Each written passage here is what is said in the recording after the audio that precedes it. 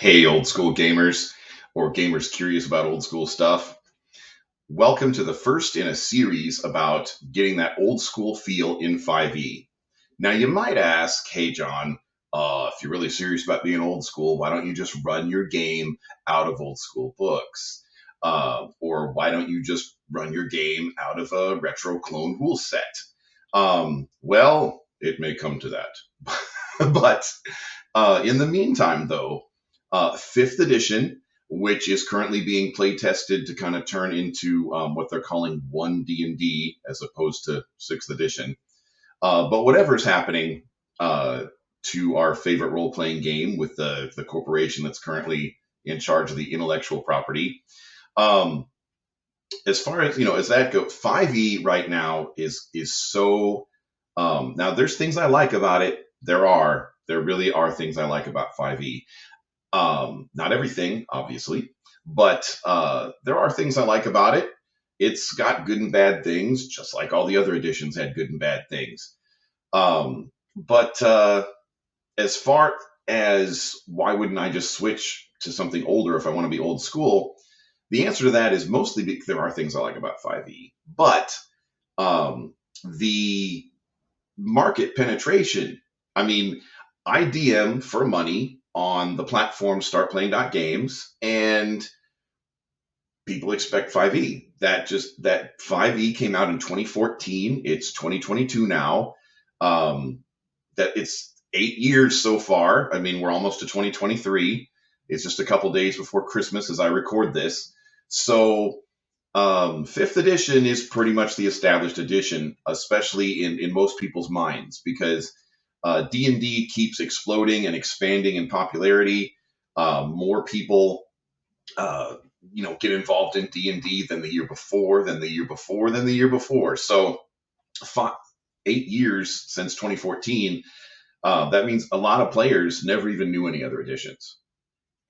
So people just kind of, that 5e is just the thing. So, but in terms of getting that old school feel in it, though, now, Gary Gygax famously said many times while he was alive here on this earth with us that there is no right or wrong way to play D&D. It all comes down to your table's personal preference. And they used to have a little trademarked slogan on the first edition books called "Products of Your Imagination." And reminds me, years later, it'd be a little yellow character called SpongeBob who would talk about imagination. So, through the power of imagination and personal preference, there really is no right or wrong way to play this game. So, it comes down to preferences. Our topic today really has strong preferences one way or the other with people. Our topic today is psionics. There are people whose attitude is just basically like, ew, psionics. And that's it. End of discussion. There's people that just don't like it. That's just one example of an attitude that's out there. Some of the problems that they might have with it, if they have that attitude, which is totally understandable, is they might say that psionics is too sci-fi, which I totally get. And we'll kind of get to that a bit later as we talk about the lore behind D&D psionics. Or that psionics just doesn't fit, or that psionics just doesn't fit into the, the feel of D&D as they want to feel it and experience it, which I totally understand. There really weren't any, sonic blasts in Lord of the Rings or anything like that. It's not what a lot of people imagine in a medieval fantasy world. So, having kind of covered that, there's some people that just don't want it, like the DMs that just don't allow it at their table and groups that don't appreciate it. Okay, got them covered. Moving on. So the current attitude in 5e about psionics, which doesn't work for me, which is why this is part of a series of how to old school up your 5e. So I'm going to talk a little bit about how to work psionics into your 5e in kind of an old school way. But without, tampering from a grumpy old DM like me, without, making personal adjustments at my table, to just kind of discuss the official canonical rules as written status of psionics right now in 5e. Psionics rules as written right now in 5e is sort of supposed to be a type of magic or so related to magic that it falls under the same rules. For instance, in the write-ups for player character Githzerai, or player character Githyanki, stuff like that. As a species, they get Mage Hand as like a bonus species ability to kind of represent their innate telekinesis. And in Tasha's Cauldron of Everything, there's a Psi Warrior, and that Psi Warrior is basically like telekinesis guy with explained with magic under the magical rules. I remember when that first came out as an Unearthed Arcana class, the developers were saying on some YouTube commentaries that they were trying to make the Psi Warrior feel like Darth Vader, just choking people out and stuff. But I just throwing things around with telekinesis. But the and I've noticed that there's in the newer books like Tasha's Cauldron and everything, there's a lot more mental spells that are supposed to kind of simulate somebody who would be like a hypnotizing character or mind reading type character, and that's okay. That's sort of like the official the official 5e attitude towards psionics right now. It's just kind of incorporated in your magic, and here we go. And I've heard from friends of mine that have been to conventions that have actually talked with, Wizards of the Coast people at conventions. Yes, that is, I'm not just, summarizing speculating what I think their attitude is. That's apparently the attitude that they give at conventions. So it doesn't really work for me. And here's why.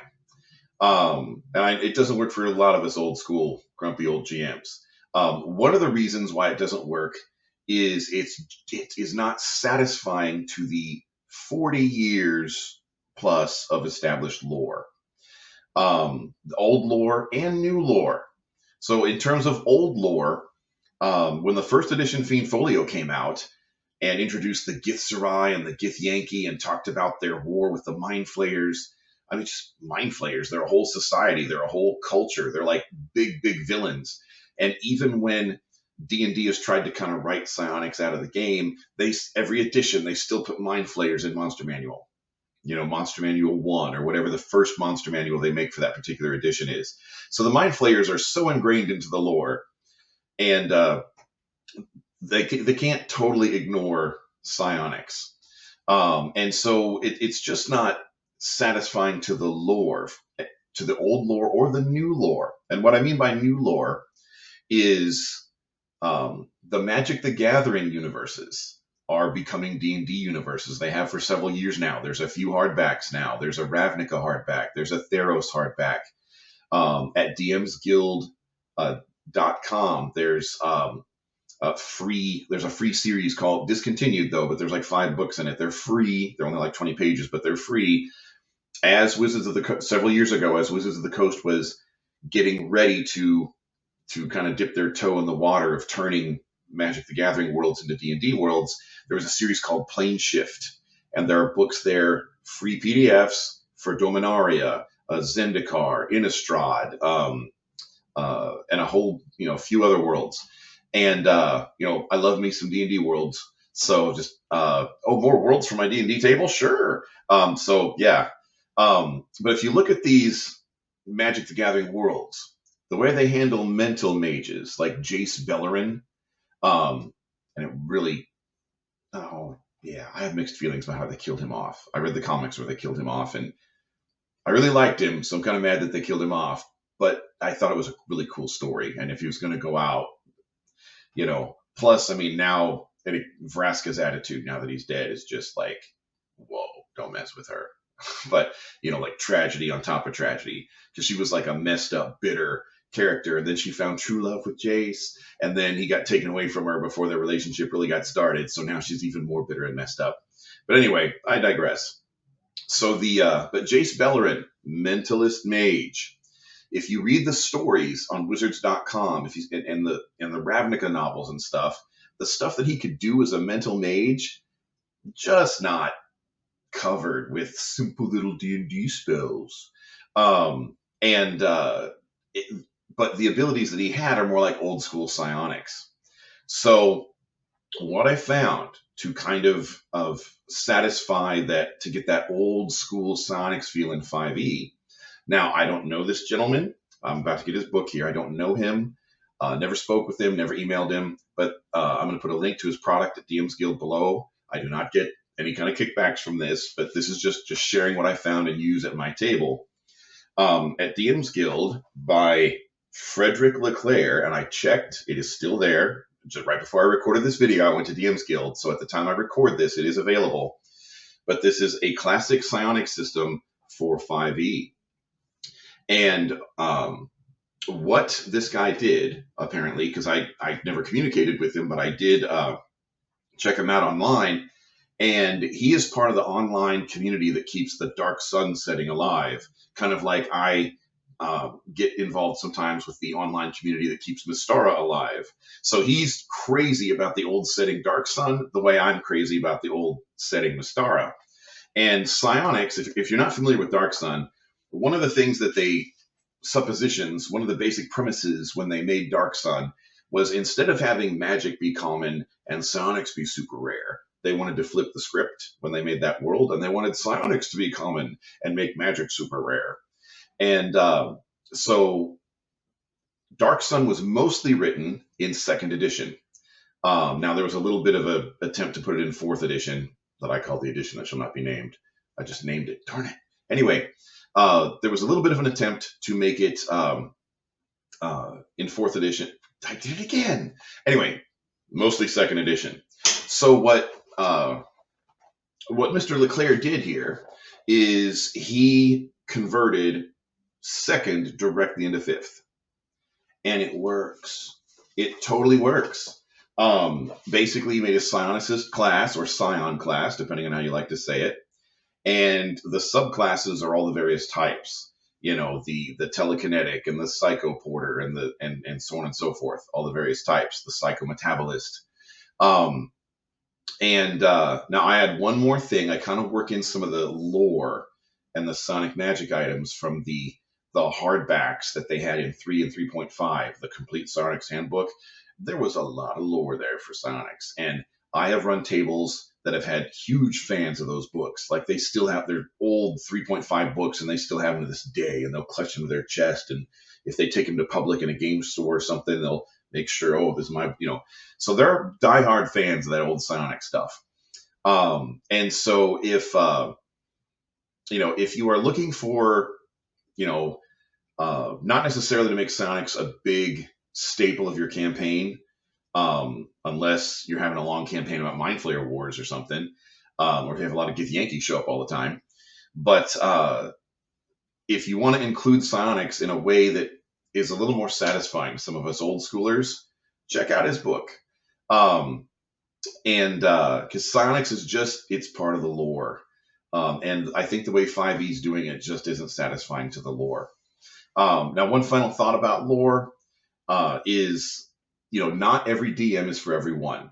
The way Gary Gygax said, he said that, there is no right or wrong way to play this game. It comes down to your imagination, your personal preference. So one of the criticisms that I get as a DM, because no DM is perfect, no DM is for everyone, I don't really take it as a criticism. I just take it as a preference. But just for example, I've heard from different people, because I've been DMing since I was 11. I'm 51. I've been DMing for 40 years, and I've got almost 400 professional games just in the last year and a half at StartPlaying.games. I've DM'd for a lot of people. And so one of the things that I've heard sometimes when I do get some criticism is, or hear people talking about me, or things get back around to me, whatever, is, well, John is so much into the lore. I don't care about the lore. I just want to drink my beer on Friday night, play some D&D, and kill things. And that's cool. If that's the kind of game you want to have, if that's how you want to play. I've even had fun at games like that. Now, it wouldn't be satisfying for me long term. In order to have a campaign go through the years, I think you need some lore. But, different styles. Mine is kind of lore heavy. So that's kind of like my thoughts about Psionics. And the those are my two suggestions. One is to incorporate the Sonic items and some of the, as opposed to magic items, Sonic items and some of the Sonic lore from the 3 and 3.5 hardbacks. And then also check out, Frederick Leclerc's book from DM's Guild, where he tries to convert directly from second edition to fifth and skip, third and fourth. And I said that again. I'm going to have to make that a harder rule, that's the edition that shall not be named. But anyway, so much for, old schooling things up this week. And we will see you around the gaming table. And I'm coming up with some Christmas stuff for this weekend so that they'll actually be like a sort of a Christmas episode. All right. We will see you around the gaming table.